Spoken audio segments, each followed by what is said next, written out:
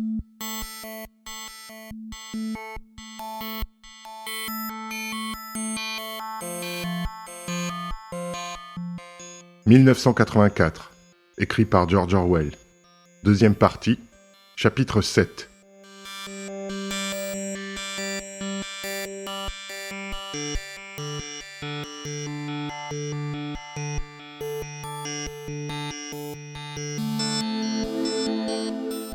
Winston s'était redressé, les yeux pleins de larmes. Julia, tout ensommeillée, roula contre lui et murmura quelque chose qui pouvait être « Qu'est-ce que tu as ?» « Je rêvais, commença-t-il. Mais il s'arrêta net. C'était trop complexe pour être traduit par des mots. Il y avait le rêve lui-même et il y avait le souvenir lié à ce rêve, qui s'était glissé dans son esprit quelques secondes après son réveil. Il s'allongea, les yeux fermés, encore plongé dans l'atmosphère du rêve. C'était un rêve vaste et lumineux, dans lequel toute sa vie semblait s'étendre devant lui, comme, un soir d'été, un paysage après la pluie. Tout s'était passé à l'intérieur du presse-papier en verre. Mais la surface du verre était le dôme du ciel, et à l'intérieur de ce dôme, tout était plongé dans une claire et douce lumière qui permettait de voir à des distances infinies. Le rêve comprenait aussi en vérité, c'est en quoi en un sens il avait consisté, un geste du bras fait par sa mère et répété 30 ans plus tard par la fameuse juive qu'il avait vue dans le film d'actualité. Avant que les hélicoptères les réduisent tous deux en pièces, elle avait essayé d'abriter des balles un petit garçon. « Sais-tu, dit Winston, que jusqu'à ce moment, je croyais avoir tué ma mère ? » « Pourquoi l'as-tu tué ?» demanda Julia, presque endormie. « Je ne l'ai pas tué, pas matériellement. » Il s'était rappelé dans son rêve la dernière vision qu'il avait eue de sa mère, et pendant les quelques minutes de son réveil, le faisceau de petits faits qui accompagnait cette vision lui était revenu à l'esprit. C'était un souvenir qu'il avait volontairement repoussé de sa conscience pendant des années. Il n'était pas certain de la date à laquelle cela s'était passé, mais il ne devait pas avoir moins de 10 ans, et il en avait peut-être même 12 quand l'événement avait eu lieu. Son père avait disparu quelque temps auparavant. Combien de temps avant, il ne pouvait se le rappeler. Il se souvenait mieux du tumulte, du malaise qui marquait cette époque. Les paniques périodiques à propos de raids aériens, la recherche d'un abri dans les stations de métro, l'état de moellons partout, les proclamations inintelligibles affichées à tous les carrefours, les équipes de jeunes en chemise de même couleur, les interminables queues devant les boulangeries, le bruit intermittent du canon dans le lointain et, surtout, le fait qu'il n'y avait jamais assez à manger. Il se souvenait de longs après-midi passés avec d'autres garçons à fouiller les poubelles et les tas de détritus pour en extraire les nervures de feuilles de choux, des épluchures de pommes de terre, parfois même de vieilles croûtes de pain rassis sur lesquelles ils grattaient soigneusement la cendre. Ils attendaient aussi le passage de camions sur une certaine route. On savait qu'ils transportaient de la nourriture à bestiaux et que parfois, à la faveur de chaos dans les mauvais passages de la route, ils répandaient des fragments de tourteaux. Quand son père eut disparu, sa mère n'accusa ni surprise ni chagrin violent. Mais il y eut en elle un changement soudain. Elle semblait avoir perdu toute énergie. Il était évident, même pour Winston, qu'elle attendait un événement qu'elle savait devoir se produire. Elle faisait tout ce qui était nécessaire. Cuisiner, laver, raccommoder, faisait le lit, balayait le parquet, essuyait la cheminée, toujours très lentement, et avec un manque étrange de mouvements superflus, comme un personnage dessiné qui, de sa propre initiative, se mettrait en mouvement. Son corps volumineux et bien proportionné semblait retomber naturellement dans l'immobilité. Des heures et des heures, elle restait assise sur le lit, presque immobile, à nourrir la jeune sœur de Winston, enfant de 2 ou 3 ans, petite, malade, silencieuse, dont le visage était simiesque à force de minceur. Quelquefois, rarement, elle prenait Winston dans ses bras et le serrait contre elle, longtemps, sans rien dire.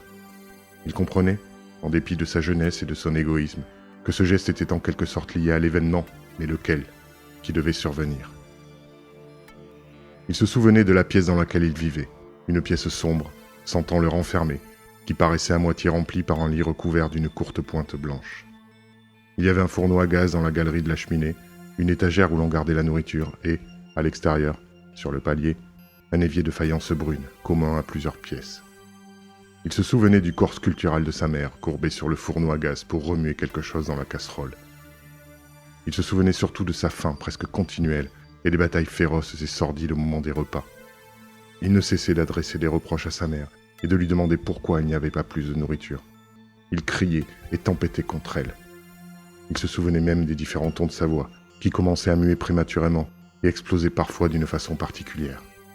Ou bien, il essayait une hypocrite note pathétique pour obtenir plus que sa part. Sa mère était tout à fait prête à lui donner plus que sa part. Elle considérait comme admis que lui, le garçon, reçut la plus grosse portion.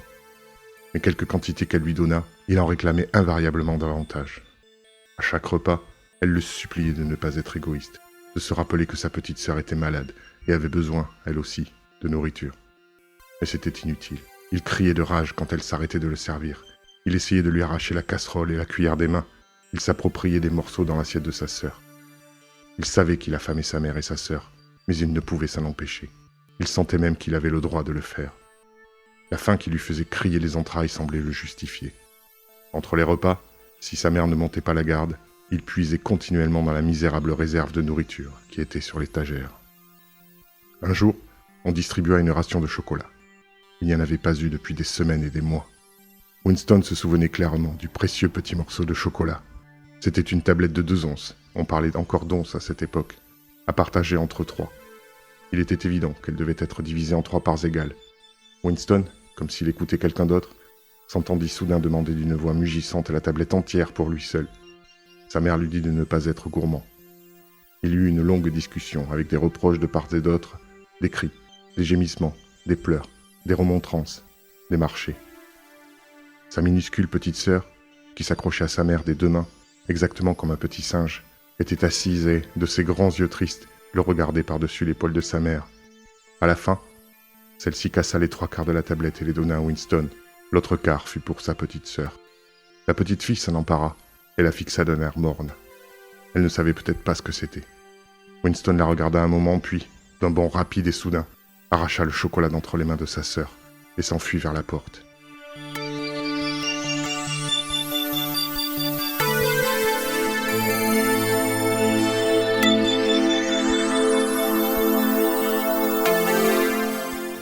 « Winston, Winston !» appela sa mère. « Reviens, rends son chocolat à ta sœur. » Il s'arrêta, mais ne revint pas. Les yeux anxieux de sa mère étaient fixés sur son visage. Même à ce moment-là, elle pensait à l'événement.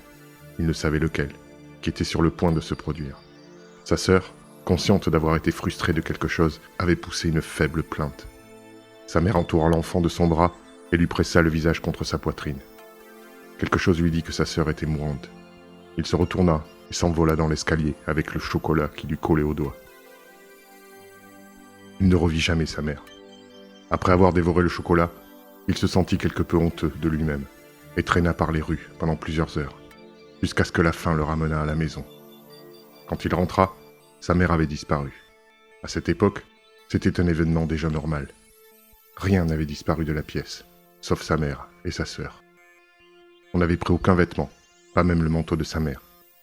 Il n'avait à ce jour aucune certitude de la mort de sa mère. Il était très possible qu'elle eût été simplement envoyée dans un camp de travail. Quant à sa sœur, elle pouvait avoir été versée, comme le fut Winston lui-même, dans une des colonies d'enfants sans foyer, on les appelait centres de conversion, qui s'étaient développés à la faveur des guerres civiles. Ou on l'avait peut-être envoyée au camp de travail avec sa mère, ou bien encore on l'avait simplement laissé mourir, n'importe où. Le geste était encore très net dans l'esprit de Winston, surtout le geste du bras, enveloppant, protecteur, dans lequel la complète signification de ce rêve semblait contenue. Son esprit se tourna vers un autre rêve qu'il avait eu 2 mois auparavant. Exactement comme sa mère était assise sur le petit lit sale recouvert d'un couvre-pied blanc, l'enfant agrippé à elle, il avait vu assise dans un navire qui sombrait, loin au-dessous de lui. Elle s'enfonçait de plus en plus à chaque minute. Elle avait encore les yeux vers lui, à travers l'eau, qui s'assombrissait. Il raconta à Julia l'histoire de la disparition de sa mère. Sans ouvrir les yeux, elle se retourna et s'installa dans une position confortable. « Je crois que tu étais un sale petit cochon dans ce temps-là, » dit-elle indistinctement. « Tous les enfants sont des cochons. » Oui, mais le sens réel de l'histoire. Il était évident, à sa respiration, qu'elle s'endormait encore. Il aurait aimé continuer à parler de sa mère.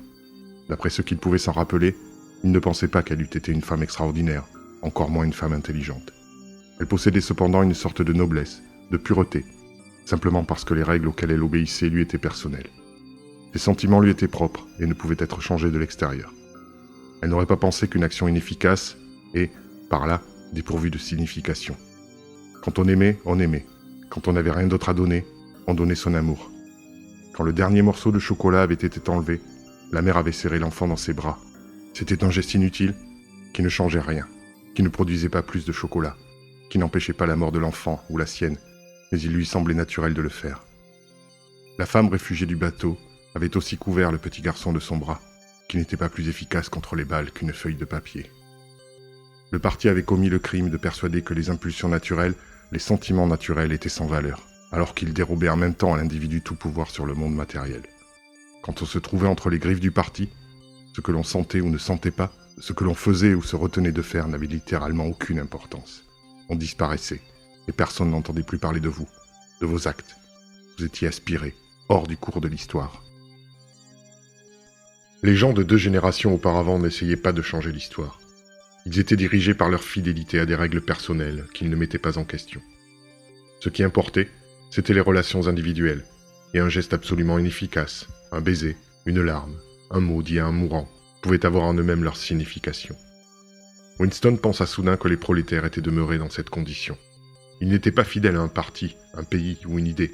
Ils étaient fidèles l'un à l'autre. Pour la première fois de sa vie, il ne méprisa pas les prolétaires, et ne pensa pas à eux simplement comme à une force inerte qui un jour naîtrait à la vie et régénérerait le monde. Les prolétaires étaient restés humains. Ils ne s'étaient pas durcis intérieurement. Ils avaient retenu les émotions primitives qu'il avait, lui, à réapprendre par un effort conscient. À cette pensée, il se souvint, sans soulagement apparent, d'avoir, il y a quelques semaines, vu sur le pavé une main arrachée et de l'avoir poussée du pied dans le caniveau, comme s'il s'agissait d'un trognon de chou. « Les prolétaires sont des êtres humains, dit-il tout haut. Nous ne sommes pas humains. »« Pourquoi ?» demanda Julia, qui était de nouveau réveillée. Il réfléchit un instant. « Est-ce qu'il ne t'est jamais venu à l'idée, dit-il, que le mieux que nous ayons à faire est simplement de nous en aller d'ici, avant qu'il soit trop tard, et de ne jamais nous revoir ?»« Oui, chérie, j'y ai pensé, plusieurs fois, mais je ne le ferai tout de même pas. »« Nous avons eu de la chance, dit-il, mais ça ne peut pas durer beaucoup plus longtemps. Tu es jeune, tu parais normale et innocente. Si tu tiens à distance des gens comme moi, tu peux vivre encore 50 ans. Non, j'ai réfléchi à tout cela. Ce que tu fais, je le fais. Mais ne sois pas si déprimé. Je m'attends assez à rester en vie. Il se peut que nous sortions ensemble encore 6 mois, peut-être un an, on ne sait pas. Mais au bout du compte, nous sommes certains d'être séparés. Est-ce que tu te rends compte à quel point nous serons seuls? Quand ils se seront emparés de nous, nous ne pourrons rien, absolument rien l'un pour l'autre. Si je me confesse, ils te fusilleront. Si je ne me confesse pas, ils te fusilleront de la même façon. Quoi que je dise, quoi que je fasse, et même si je me retiens de parler, rien ne retardera ta mort de 5 minutes. Aucun de nous deux ne saura si l'autre est vivant ou mort. Nous serons absolument démunis, absolument désarmés. La seule chose qui importe, c'est que nous ne nous trahissions pas l'un l'autre. Mais au fond, rien ne changera rien. Pour ce qui est de la confession, dit-elle, nous nous confesserons, c'est sûr. Tout le monde se confesse. On ne peut pas faire autrement. Ils vous torturent. Je ne parle pas de confession. Se confesser n'est pas trahir. Ce que l'on dit ou fait ne compte pas. Seuls les sentiments comptent. S'ils peuvent m'amener à cesser de t'aimer, là, ce sera la vraie trahison. Elle considéra la question. Ils ne peuvent pas, dit-elle finalement. C'est la seule chose qu'ils ne puissent faire. Ils peuvent nous faire dire n'importe quoi, absolument n'importe quoi, mais ils ne peuvent pas nous le faire croire. Ils ne peuvent pas entrer en nous. Non, dit-il avec un peu d'espoir. Non, c'est bien vrai. Ils ne peuvent pas entrer en nous. Si l'on peut sentir qu'il vaut la peine de rester humain, même s'il ne doit rien en résulter, on les a battus. Il pensa au télécran et à son oreille toujours ouverte. Ils pouvaient nous espionner nuit et jour. Et si l'on ne perdait pas la tête, on pouvait les déjouer. Malgré toute leur intelligence, ils ne s'étaient jamais rendus maîtres du secret qui permettait de découvrir ce que pense un autre homme. Peut-être cela était-il moins vrai quand on se trouvait entre leurs mains. On ne savait pas ce qui se passait au ministère de l'Amour, mais on pouvait le deviner. Torture, drogue, enregistrement des réactions nerveuses par des appareils sensibles, usure graduelle de la résistance par le manque de sommeil, la solitude et les interrogatoires continuels. Les faits, en tout cas, ne pouvaient être dissimulés. Ils étaient découverts par des enquêtes, on vous en arrachait l'aveu par la torture. Mais si le but poursuivi était, non de rester vivant, mais de rester humain, qu'importait en fin de compte la découverte des faits? On ne pouvait changer les sentiments. Même soi-même, on ne pouvait pas les changer. L'eût-on même désiré. Le parti pouvait mettre à nu les plus petits détails de tout ce qu'on en avait dit ou pensé, mais les profondeurs de votre cœur, dont les mouvements étaient mystérieux, même pour vous, demeuraient inviolables.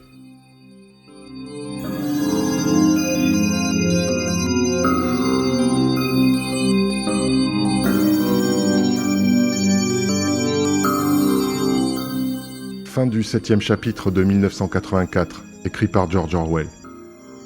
En vous remerciant pour votre écoute, et en vous invitant à vous abonner à la chaîne afin de soutenir notre travail et d'être averti de la mise en ligne des prochains chapitres. À bientôt sur Frisson d'hiver.